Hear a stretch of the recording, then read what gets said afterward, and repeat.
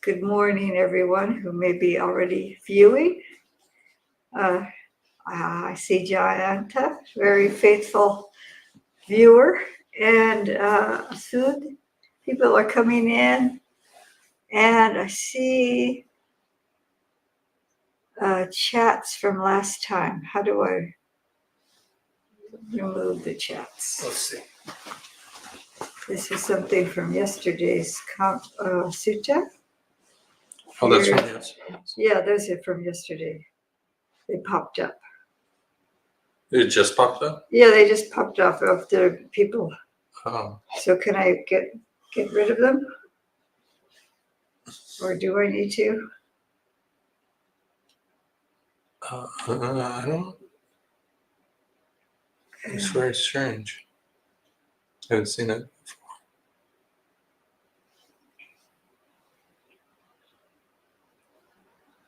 Maybe go up. Can you see the people that just signed in? Sorry, we have technical difficulties.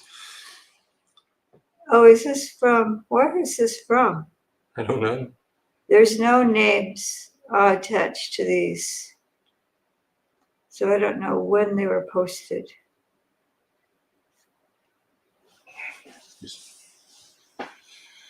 It looks like, oh, it says, maybe it says, let's try this. You already saw the names before? Yeah, I saw the names before and they're gone. So Sud and Jayanta said hello and then. Now they're gone? Now they're gone. And oh, here we go. Oh, okay. Oh, maybe I hit that by mistake. Yeah, I think we just hit it. I hit that by. Okay, so Jayanta, Sud, Jerry, Amaranta, and then Sud again with the. And thank you, Sud, for your generous dana to the monastery. We thank you and rejoice in your generosity and your family's goodness. Sorry, That's okay. That's fine. That's fine. So Bante Mitico has helped with the glitch, the technical glitch, and it's good.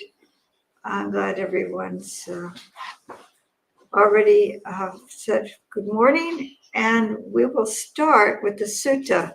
Yesterday, I read from the Kalama Sutta. It's in the numerical discourses. It's AN 3.65, and this is a very well quoted sutta.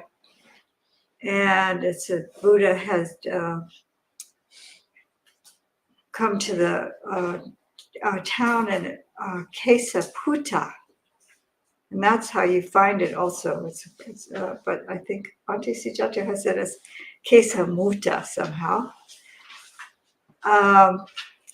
and that may be an alternate way of that it's named. But that's the name of the town that the Lord Buddha came to.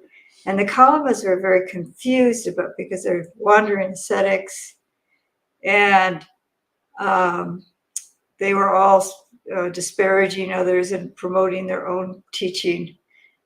So those of you who heard yesterday, there's this progression that the Lord Buddha had brought the Kalamas through, and to bring them to their own understanding rather than depending on others.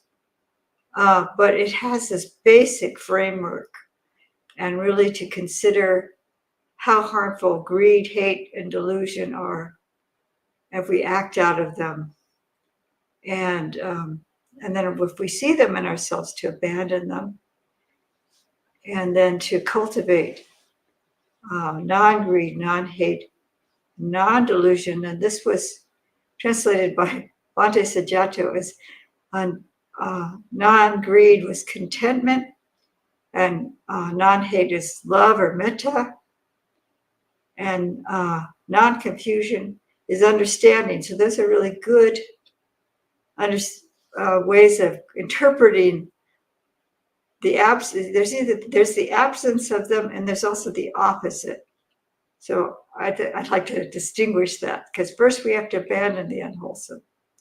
So this is what had led the Lord Buddha led them through that, and then to developing the Brahma Viharas. And then there was a discussion about karma and rebirth at the end. So you'll need to look at the sutta for those details if you haven't already seen it.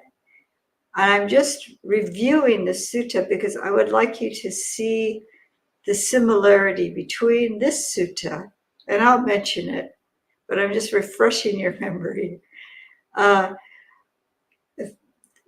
the simile of the cloth, which I'm going to be reading today and giving a little bit of explanation, my understanding of what the meaning is of the sutta. So it's in the Majjhima Nikaya, the middle length discourses. And so that's MN. I'm going to put that in the chat. MN7. It's pretty simple. When you go to the Majjhima Nikaya, it's a lot more simple to find than the other suttas. So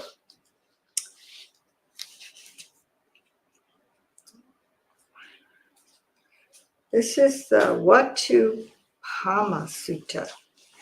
And I'm going to be looking at both Bhante Sujato and Bhante Bodhi, Venerable Bhikkhu Bodhi's translation.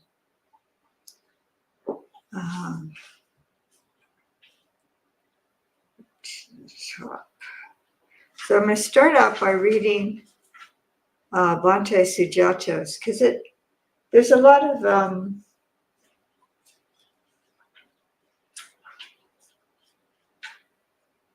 I guess there's a lot of ellipsis in both of them. Sometimes there's a lot of repetition, which gets a little bit cumbersome. And sometimes the repetition is really helpful because it gets the idea into the mind a little bit deeper from the memory is implanted more deeply if we hear things again and again. But sometimes it's difficult to get through the whole sutta if we do that, or people lose interest because it sounds too repetitive. So anyway, I'm starting with Bhante Sujato's translation. So I have heard, at one time the Buddha was staying near Savatthi in Jeta's Grove, Anathapindika's monastery. There, the Buddha addressed the mendicants. So this one doesn't have much of a background story. Suddenly he's addressing the mendicants. Mendicants, Venerable Sir, they replied. The Buddha said this: suppose, mendicants, there was a cloth that was dirty and soiled. No matter what dye the dyer applied, whether blue or yellow or red or magenta, it would look poorly dyed and impure in color. Why is that? Because of the impurity of the cloth. In the same way, when the mind is corrupt, a bad destiny is to be expected. So this is a bad destination or destiny. And a Pali word is dugati. It's D-U-G-G-A-T-I.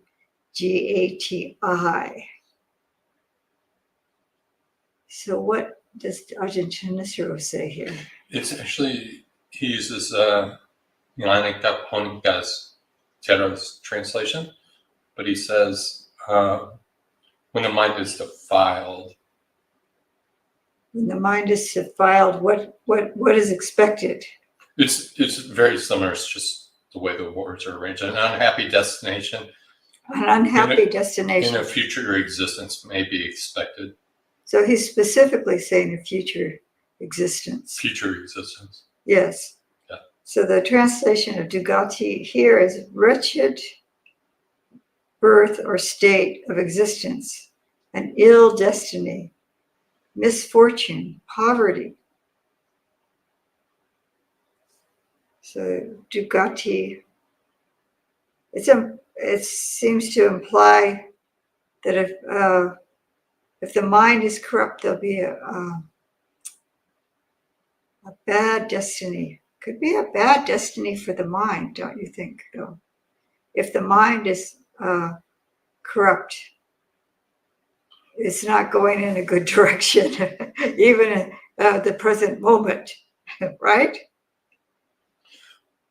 I have a reason for saying this. Suppose there was a cloth. Suppose there was a cloth. Excuse me, I keep having a hard time phrasing it right because I probably am used to a different translation. Suppose there was a cloth that was pure and clean. No matter what dye the dyer applied, whether blue or yellow or red or magenta, it would look well dyed and pure in color. Why is that? Because of the purity of the cloth. In the same way, when the mind isn't corrupt, a good destiny is to be expected. And here's the word, sugati, and it only has one G. It's Sugati. And this says a happy state. So that leaves it a little bit wider open. It's not specifying rebirth. And I've heard this one particular Sayadaw actually talking really about a happy destination of the mind. That's what this translation says. So this is the corruption of the mind will prevent a happy destination of the mind. So if you want calm, beautiful states in your meditation and your mind is corrupt, you can't expect that you're gonna, you have to deal with the defilements of the mind before the mind can reach really deep states of meditation. And this is what the Sayadaw was explaining at a retreat I was at. The Sayadaw is a teacher. That's a Burmese or word for teacher, respected teacher, monastic teachers, more specifically, I believe. And what are the corruptions of the mind? Covetous and immoral greed, ill will, anger, hostility, disdain, contempt, jealousy, stinginess, deceit, deviousness, obstinacy, aggression, conceit, arrogance, vanity, and negligence are corruptions of the mind.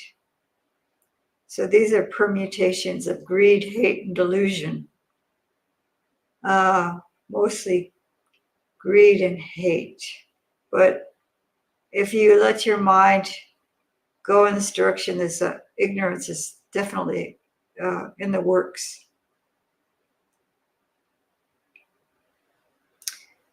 And a lot of these have to do with interactions with other people.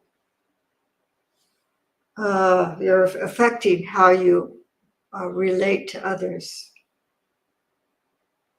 Let's see. Yeah, this thing about unrighteous greed. I think it's just really emphasizing that the desire for something and really inappropriate and over the top. I didn't see anything in the commentary really specifically about the immoral greed, is how Bhante Sujato has translated it, and unrighteous greed. So a mendicant who understands that covetousness and immoral greed are corruptions of the mind gives them up. So you have to really understand that these are unwholesome states. These are harmful states.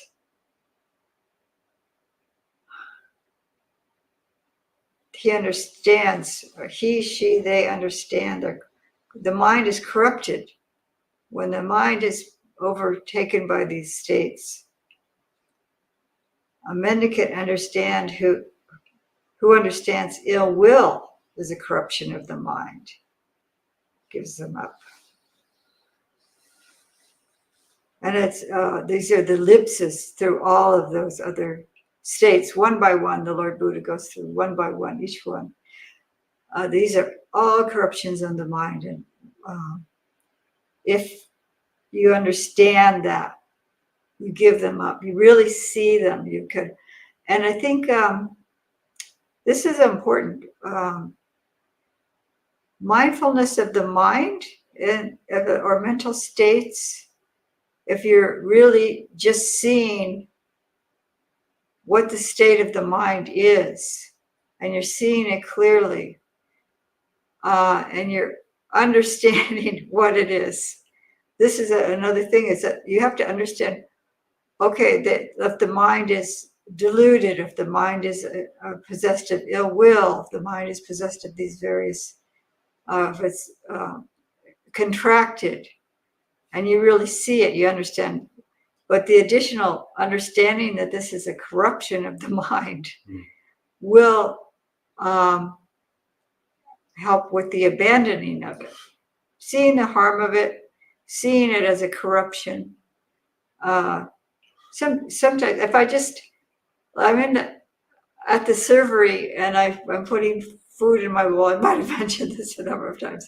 I'm putting food in my bowl, and then I've got enough food in my bowl and I want more. There's just more good food. Oh, look at that. They've prepared this, they made this. And I say to myself, oh, that's greed. I don't need any more. Is it need or is it greed? And so just labeling it, that's greed. So I could also say, greed is a corruption of the mind. If I still want to grab, I say, that's greed. I still want to grab more. I go to say, oh, that's a corruption of the mind. Or I'm sitting in meditation and I start feeling irritated. And then I say, oh, I feel irritated. The story is still going. Oh, I'm feeling irritated. I can say, oh, this is an unwholesome state. This is a corruption of the mind. And that gives it a little bit more power than just noticing irritation, ill will, or something. Usually, though, there was another thing I said to myself was, the Lord Buddha says that irritation is the nutriment for ill will. Do I want ill will to arise in my mind? That's the bad destination that the mind is going to. Is if I start out with just a little inkling of greed, and then it becomes this immoral, what is it, or unrighteous greed. What is it?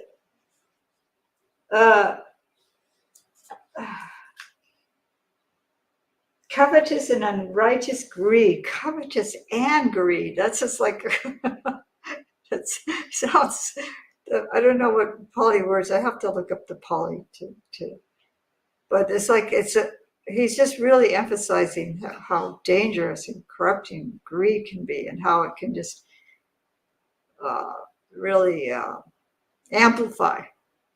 So he goes through all of this corruptions of the mind, and the person understands negligence is a corruption of the mind, and they give it up. So just really looking at it carefully and understanding it's a corruption, naming it for what it is. Sometimes we feel like we have righteous indignation, and so it's righteous that we're angry at somebody, but it's not. It's unrighteous. So we see it clearly. We know it. When they have understood these corruptions of the mind for what they are and have given them up, they have experiential confidence in the Buddha. And then it's going to start with Itipiso Bhagava Arahang Samma Sambuddha. But I want to speak about this experiential confidence in the Buddha. So they've heard the teaching from the Buddha and know that these things are corruptions, and they've given them up.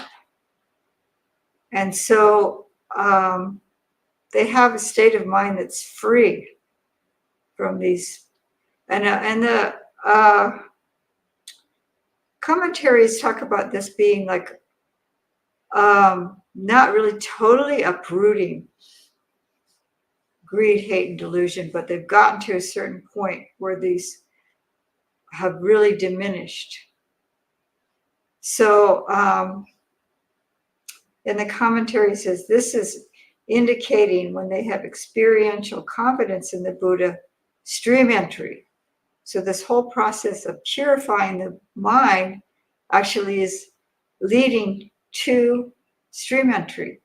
So they've given up a certain level of defilement, and then they're able to enter the stream. There's other factors. They must be keeping their sila well.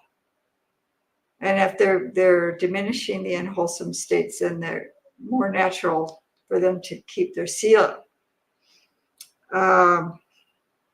So Ajahn Thanissaro has his translation of Itipiso. That blessed one is perfected, a fully awakened Buddha, accomplished in knowledge and conduct, holy, knower of the world, supreme guide for those who wish to train, teacher of gods and humans, awakened, blessed. So that's a beautiful translation of Itipiso. They have experiential confidence in the teaching, in the Dhamma. So this is the Buddha Dhamma. This is the Swakato Bhagavata Dhamma. And the teaching is well explained by the Buddha, apparent in the present life, immediately effective, inviting inspection, relevant, so that sensible people can know it for themselves. So here again, Bhante Sujato is translating the wise as sensible. So it's a type of wisdom to be sensible. Maybe he's using that term because it seems more accessible. I can be sensible. Maybe I can't be wise. Can I be wise? But if we're following the Buddhist teaching like this, we actually are wise. But I feel this is a certain amount of wisdom here. And we're applying it to our lives. So this is a reflection on the Dhamma. So if you chant Itipiso Bhagava Arahang Samma Sambuddha, you should know in your own language with that, your mother tongue, what that means. You should understand that well.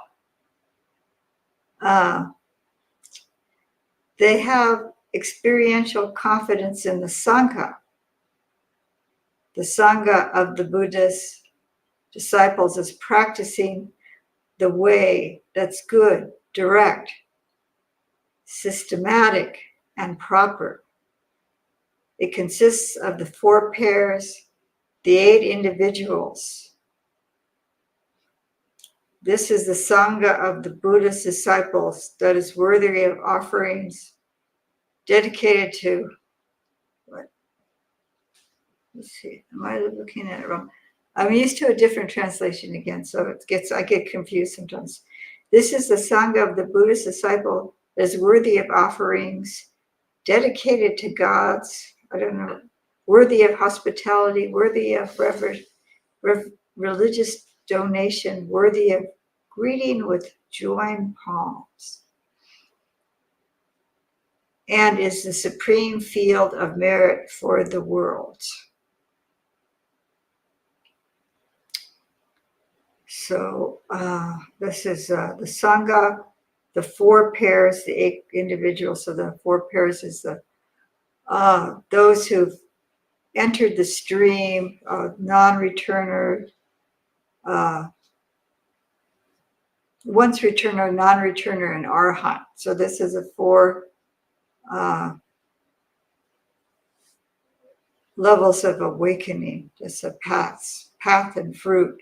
So it's path and fruit. Those on the path and those who have the fruition of each of those stages of awakening. That's what the 4 pairs and 4 pairs of individuals. So how does he say? 4 pairs and 8 individuals. That's what that means. So those who have already awakened to some degree.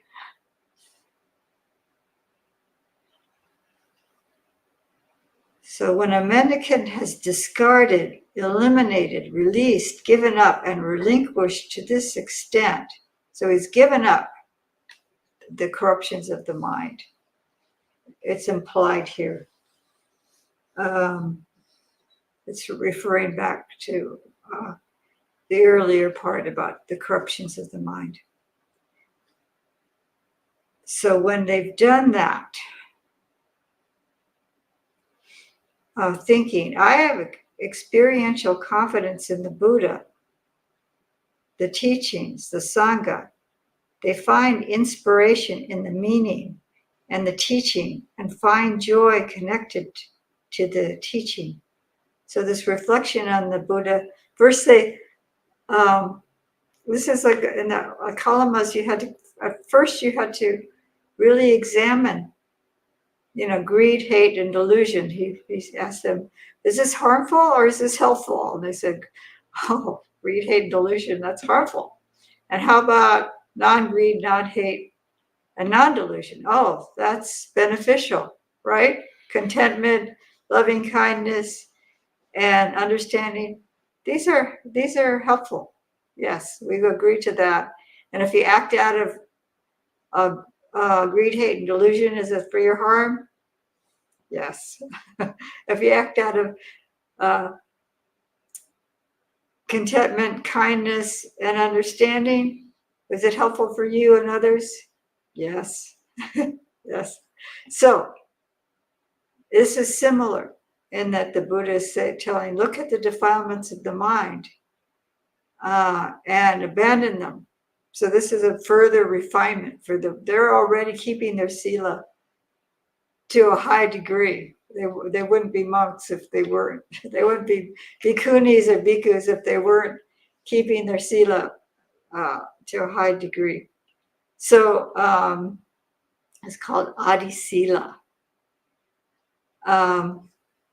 So then they have confidence that's genuine in that they've really experienced what it's like to follow the Buddha's teaching and abandon the unwholesome states. So they're reflecting on the qualities of Buddha, Dhamma, Sangha, and they find inspiration in the meaning and the teachings and find joy connected with the teachings. Thinking, I have discarded and eliminated and released, given up to this extent. They find inspiration in the meaning and the teachings and find joy connected with the teaching. When they're joyful, rapture springs up. When the mind is full of rapture, the body becomes tranquil. When the body is tranquil, they feel bliss. And when they're blissful, the mind becomes immersed in samadhi. So there's this initial preparation of the mind also in that the unwholesome states are abandoned. So there's this purity of mind. the corruption of the mind is gone to that extent. When a mendicant of such ethics, such qualities, and such wisdom eats boiled fine rice with dark grains picked out and served with many soups and sauces, that is no obstacle for them. So greed isn't going to arise, no matter how luscious the food. Like I go to the servery and they put out all this over the top wonderful banquet of food, and I'll just take what I need without my mind being overwhelmed with greed for this beautiful, luscious, perfect food. So this is the ideal they're pointing to here. So such ethics, such qualities and wisdom, that no matter what's offered to them, it's not an obstacle. They're not overcome with the unrighteous covetous and greed, or however the first corruption of the mind doesn't arise. And they won't get angry either if they don't get anything for the day. People just ignore them. They go around with their alms bowl and no one puts anything in it. They won't be upset. They'll just be content. So compare with cloth that is dirty and soiled. It can be made pure and clean by pure water, or unrefined gold, which can be made pure and bright by a forge. So this is the process. When we go to dye cloth to make robes, or if we're over dyeing some cloth, some robe material that's been worn, and we want to get more color because it's gotten really faded, we have to wash. There's this special things we add to the washing machine. If you're doing it by hand, you're going to have to really scrub and wash and use a lot of hot water and soap and rinse and rinse and rinse.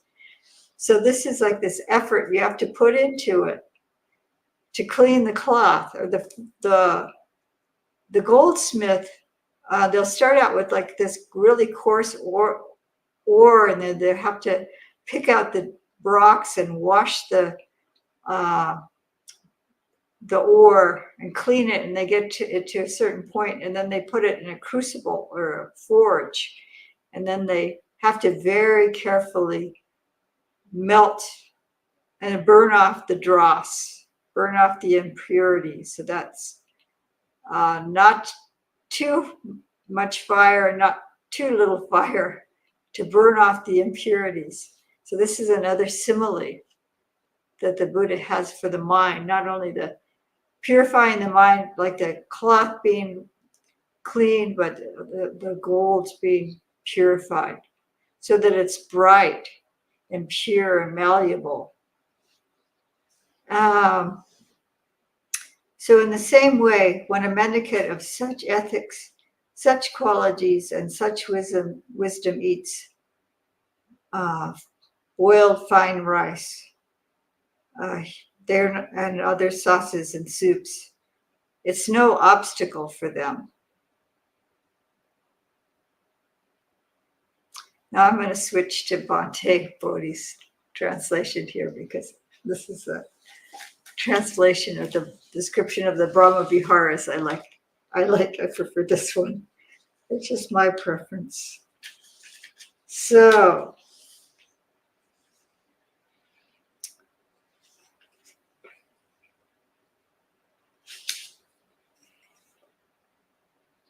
just as a cloth is defiled, that is defiled and stained, will become pure and bright with the help of clear water, or just as gold becomes pure and bright with the help of a furnace, so too, if a bhikkhu, bhikkhuni, upasiko,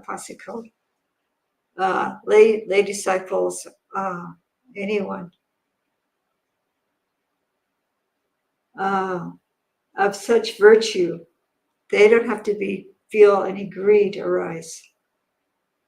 and it will be no obstacle for them, no matter what kind of food or whatever is put in front of them. So they abide, pervading one quarter with a mind imbued with loving kindness. Likewise the second, likewise the third, likewise the fourth. So above, below, around, and everywhere, and to all as to themselves. They abide, pervading the all-encompassing world with a mind imbued with loving kindness, abundant, exalted, immeasurable, without hostility, and without ill will.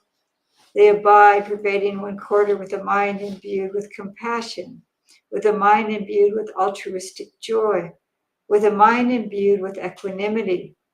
Likewise the second, likewise the third, likewise the fourth. So above, below, around, and everywhere, and to all as to themselves.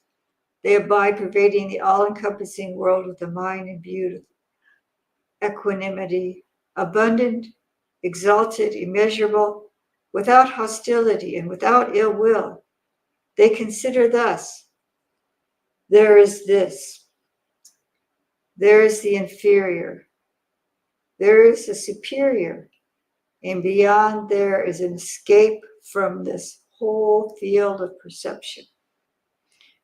So they've purified the mind, and they've entered into the four Brahma Viharas, which can be very exalted states. And then they've exited that absorption of the jhanas or the four Brahma Viharas. It can be a jhanic or an absorption. You can get to that level, really deep. And so they consider, they understand there is this, there is the inferior, there is the superior, and beyond there is an escape from this whole field of perception. So this has been explained in the commentaries, and I also heard the same Sayadaw talking about the sutta, explaining it. This is a way of describing the Four Noble Truths. And there is this is this realm of dukkha. This is dukkha. There is the inferior, which is the cause of dukkha, which is a craving, the tanha. There is the superior, which is the Noble Eightfold Path, which is the way out. And beyond that, there is an escape from this whole field of perception, and that's nibbana.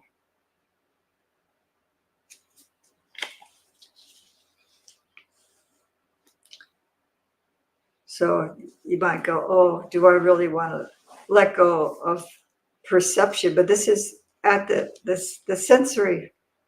This is a sensory world, being trapped in the sensory realm, this physical sensory realm. So Nibbana is beyond all that. This is what's been explained to me.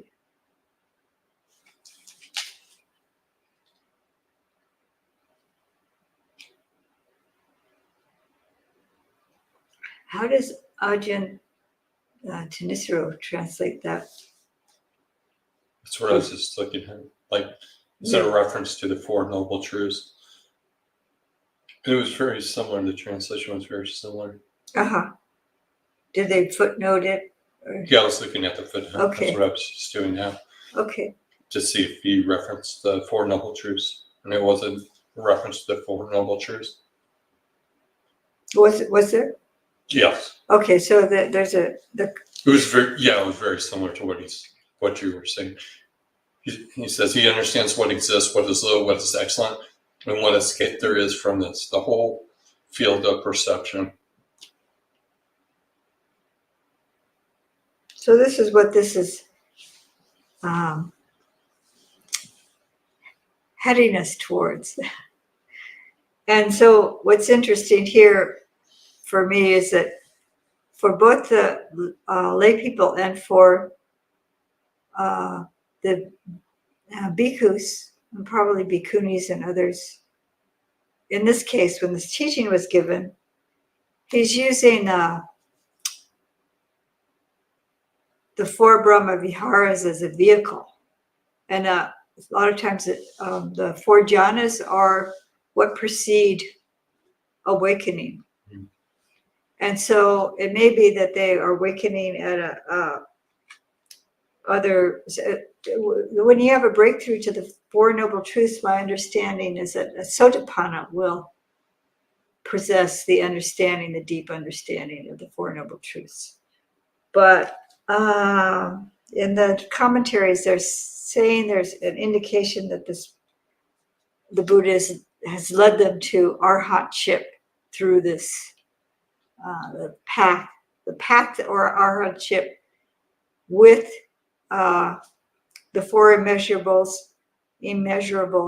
And there are other suttas that say that this is one of the benefits of the four Brahma Viharas. It's one of the doors to the deathless. There's liberation of mind through the four Brahma Viharas that's so-called more mundane, and then there's super mundane liberation. And so there's a number of suttas that indicate that, yes, this is possible with the Brahma Viharas, that you can gain full awakening, arhatship. It's used as a vehicle. So, and this next paragraph is going to tell us precisely when he or she knows and sees thus, their mind is liberated from the taint of sensual desire, from the taint of being, and the taint of ignorance. This is the asavas. The asavas are, there's other translation besides taints. What does Ajahn Chunnisaro calls it? Canker. Canker? Yeah. So these are obstructions of the mind that keep us in samsara. So when you break through these fetters or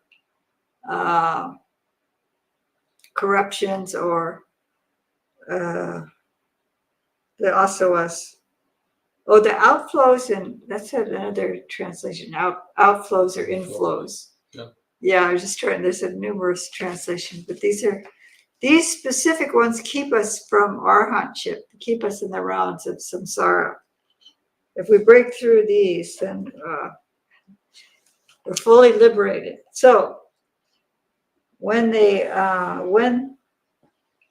know and see this, the mind is liberated from the taint or the outflow or inflow of sensual desire, of being, or the desire for a future existence, and ignorance.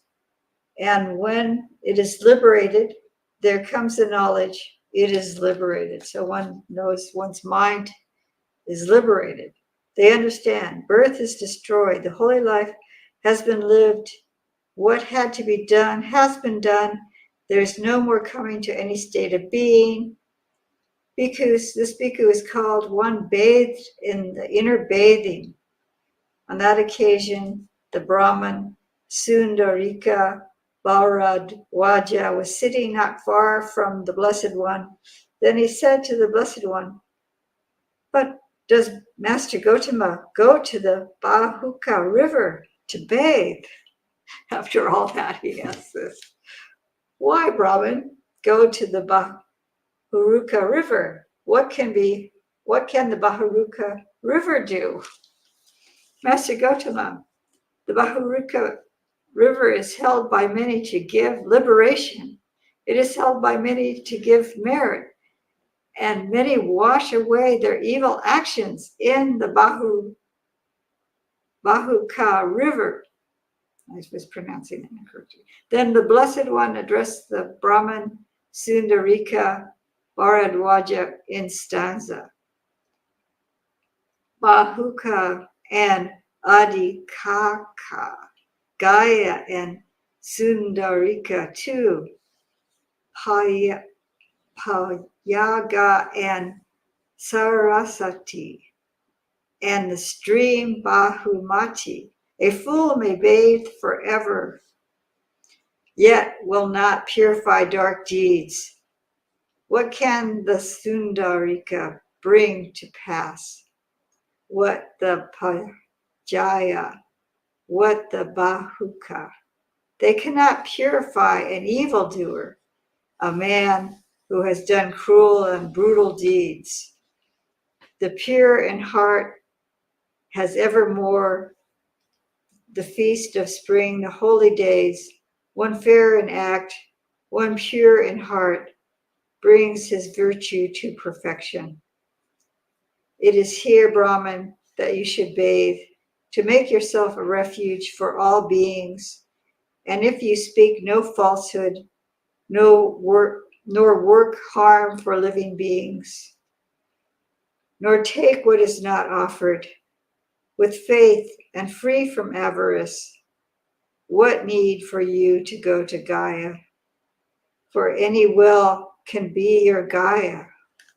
So he's saying that you can't purify your mind by bathing in a river or a stream. But that was ritual bathing that they were practicing. And then when this was said, Sundarika Bharadwaja said, magnificent, magnificent Master Gautama. And then there's the stock expression of faith in the Buddha, Dhamma, and Sangha. And then he asks for refuge under the Lord Buddha, and then diligent, ardent, resolute, the Venerable Bharadwaja, by realizing for himself with direct knowledge, here and now, entered upon and abided in that supreme goal of the holy life. So he went forth under the Lord Buddha after hearing this teaching. But I think he may have been confused because they was talking about purifying the mind, and he wasn't really hearing the fact that you're supposed to understand it as a corruption and abandon it, not just go by going and taking a bath. So I'll offer this to you for your reflection. And I could, Bhante Metiko, did you notice anything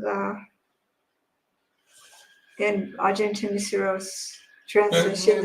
The translations prove very similar.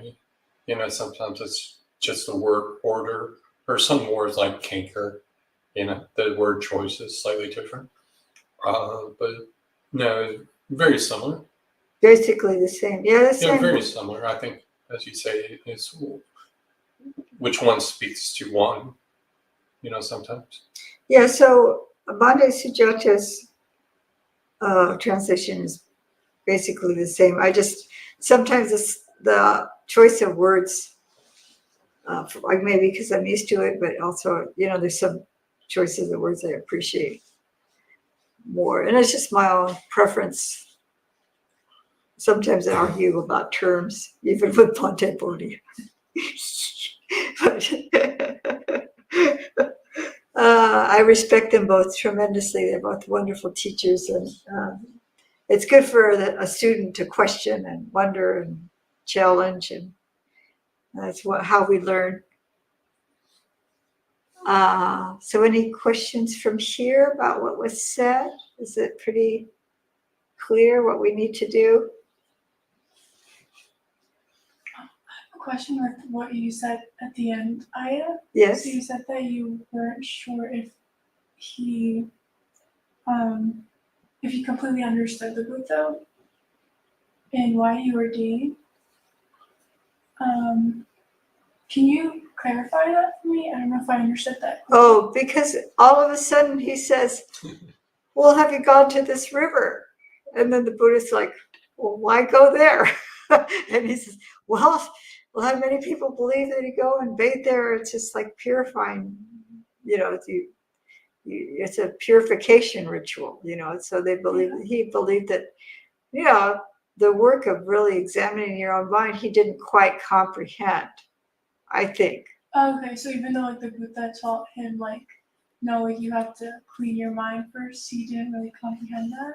Yeah, I think that wasn't, he wasn't quite getting it. He was still kind of like so trapped in his own view of how, what would help him. He says, Master Gautama, the Bahuka River is held by many to give liberation. Mm-hmm. So this is a ritual that would give somebody liberation. Rather than working on purifying your mind, you go and bathe in a river. So maybe your body's clean, but you still. Maybe. And thank you for bringing that up. I think it's an excellent point. And with that question, we can see, to me, how entrenched sometimes our views are, but also the tendency of mind. We want to find maybe, oh, well, this is an easier way of doing it. And I think in that sutta, the Buddha goes through, these are the ways to purify your mind. And then, even with myself, well, there's got to be an easier way. And that's what we have in that sutta. The Buddha clearly outlines the path to purify one's mind. And then, oh, well, can I just bathe in this river? Wouldn't that be easier? Can I just do that? And the Buddha's like, no, that's not going to work. And these are the reasons why. And then, oh, I have to do this. And that's when the ordination happens. That's when, Okay. yeah, yes. So he understood that this ritual bathing wasn't the answer, Right, and that he had to do this inner work, and he was so.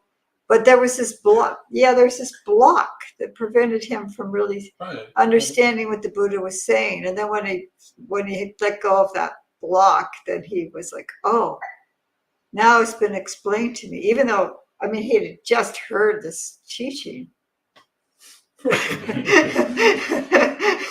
It's just clearly been pointed out. Yeah, so that's why it's just like kind of.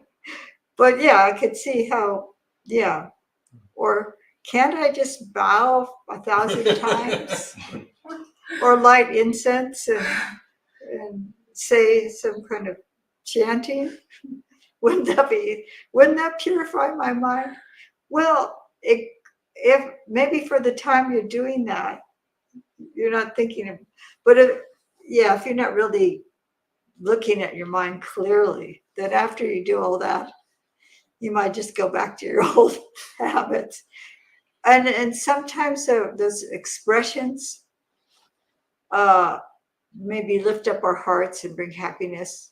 And like I was saying, when you chant Itipiso, if you're really reflecting on the qualities of the Buddha, Dhamma, and Sangha, and that the Buddha was a human being, and we have this capacity to, purify our hearts. And the Buddha has laid out this teaching. We have the capacity to follow it. And then there's a Sangha of people who realize the teaching after the Buddha. So when we're really reflecting on that, we're not just kind of it. We have to understand it, so it's not just kind of like a magic formula or something like that. If you don't understand what you're saying and you're just chanting sounds, this is why I'm making so much effort, even at my old age, to try to understand Pali more, to understand. So when I'm chanting, I don't feel like I'm just saying mumbo jumbo. I really understand what I'm chanting. This is really important, that it isn't a magic formula. There's in some traditions, you aren't even supposed to know what the sounds mean. It's just somehow within those sounds, there's magic. And that's not what it's about. It's about understanding. And it's about really looking at our own minds. And again, like I'm saying, he's talking to the kalamas, and he's talking to the bhikkhus, and he's saying, do you think that greed is helpful or brings happiness or brings social harmony? Is this bringing happiness for yourself and others? No, obviously not. The Buddha went through this whole exploration internally with greed, cruelty, uh, sensual desire, cruelty, and ill will was how one exploration. Oh, I can see for myself this is not helping me or others. I can understand that clearly. Most sensible people would also see that. And Watkins, you have a question? When you were going through the perversions of the mind, anger, and all those different things, you mentioned abstinent. What does can you just go into some more details? What does that mean? What does abstinent has to do with the perversion? How is that a perversion? The corruption of the mind? Corruption of the mind, yes. Oh, okay. So he was using the similes of the cloth. Like if the cloth is stained, instead of having just this pure, beautiful cloth, you have all these stains and dirt and stuff like that. So you need to clean the cloth in order to dye the cloth. So if the mind is obstructed by unwholesome states, corruptions, you said perversions. I think, did you say perversions? Yeah, perversions of the mind. That can be also that the mind, essentially it's pure and bright, but then these unwholesome states come in and they defile, corrupt, pervert the mind. And so it's not beautiful. It's not clear. And then you can't see things clearly. You can't, you see things in a distorted, corrupted way. Like, I want more. Something looks good. I want more. So the greed is, instead of just saying, there's food and I can take enough and there's plenty for everybody else. It's just like, I don't care. I'm going to take more than I need. I don't care. I'm going to hoard it for myself. Greed is going to overtake my mind. And so then that's a corruption. So not only is it the mind disturbed, it's disturbed by this. Because that feeling of I have to have more, I need, I'm going to do whatever I need to do whatever I have to do to get it or whatever. That's a turbulent mind. That's a disturbed mind. That's a perverted mind. Because I'm not saying, okay, there's plenty for me. And I'd like also to other people to have some too, right? Yeah. So that greed, it perverts, corrupts the mind, and then we're unsettled, and then we act in unwholesome ways. But when the mind is calm, pure, bright, and we're peaceful, then you're conducive to being able to cultivate wholesome states, and that would be the dye.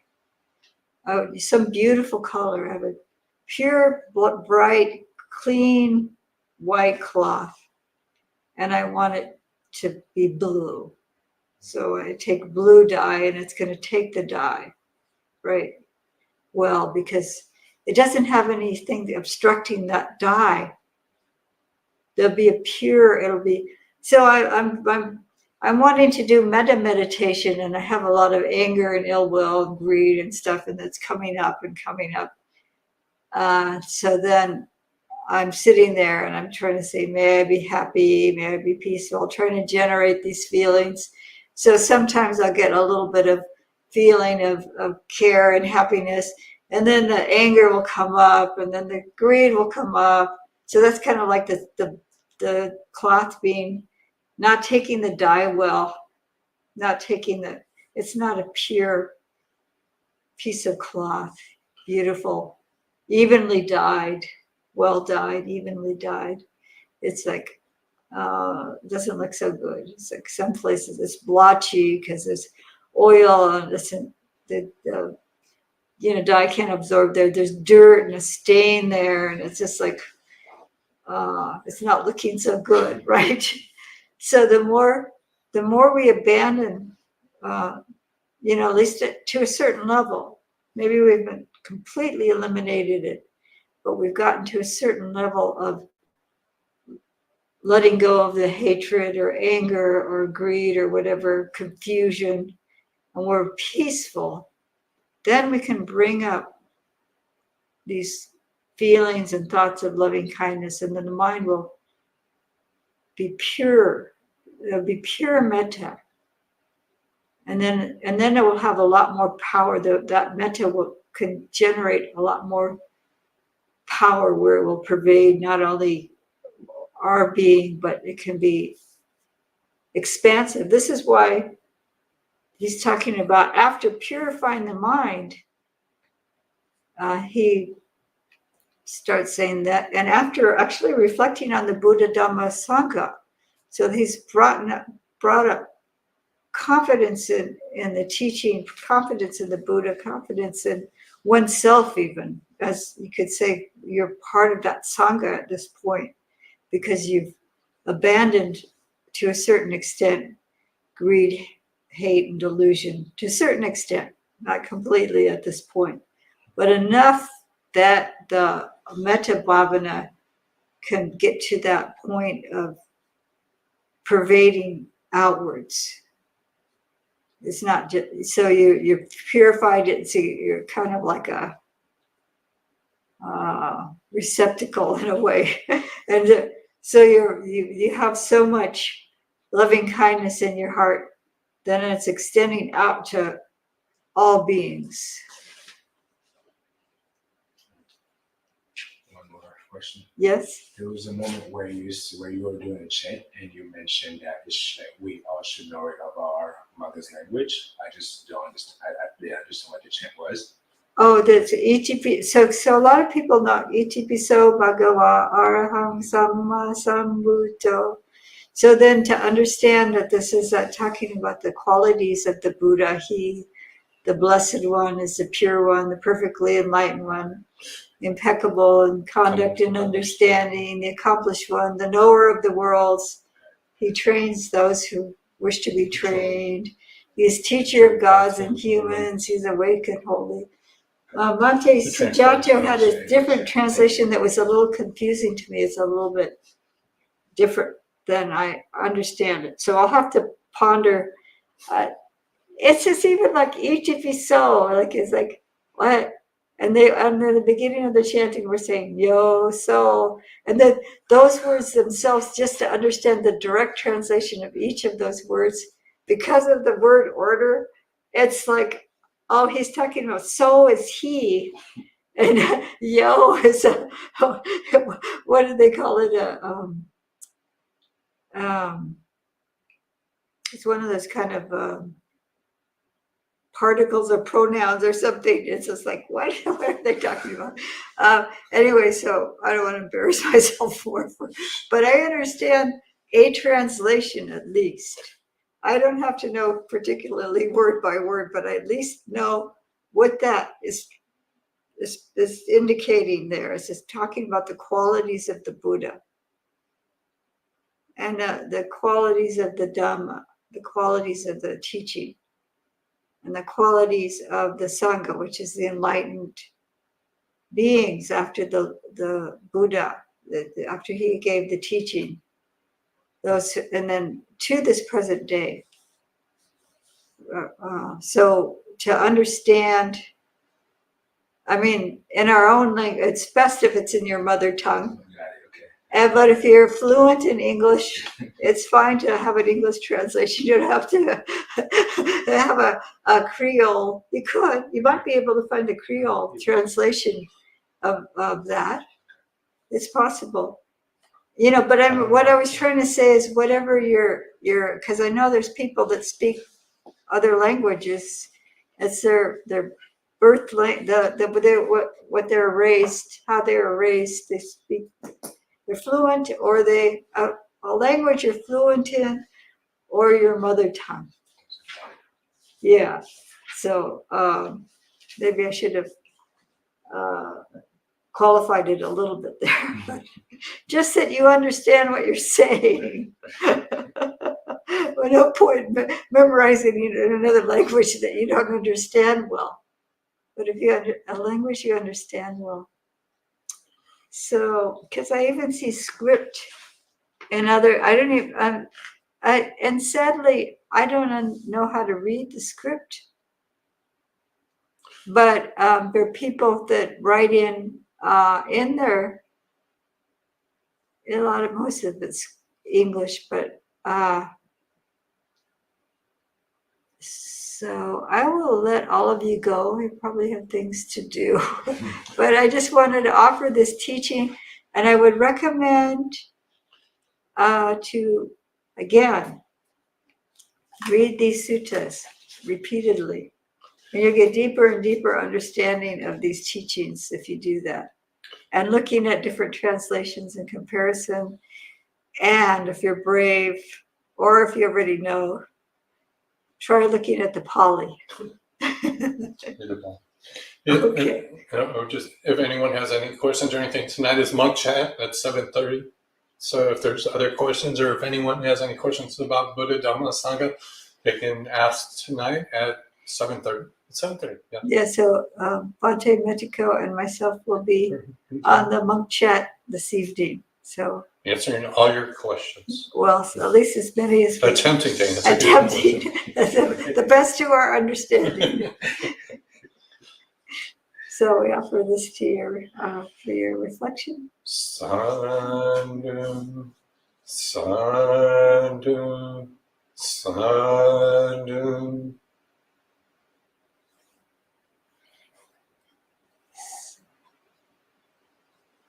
So have a good day or evening wherever you are. Someone just said they're watching from Thailand.